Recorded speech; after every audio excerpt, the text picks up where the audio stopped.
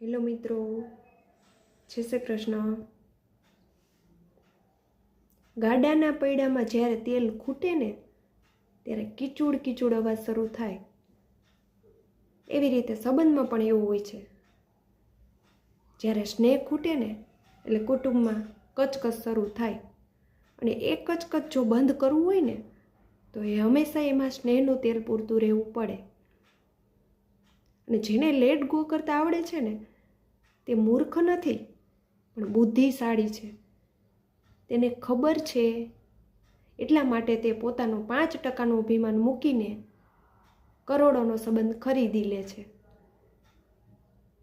આવા નવા વિડીયો જોવા માટે આ ચેનલને લાઈક, શેર અને સબસ્ક્રાઈબ કરો।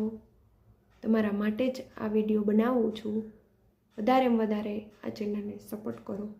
જય શ્રી કૃષ્ણ।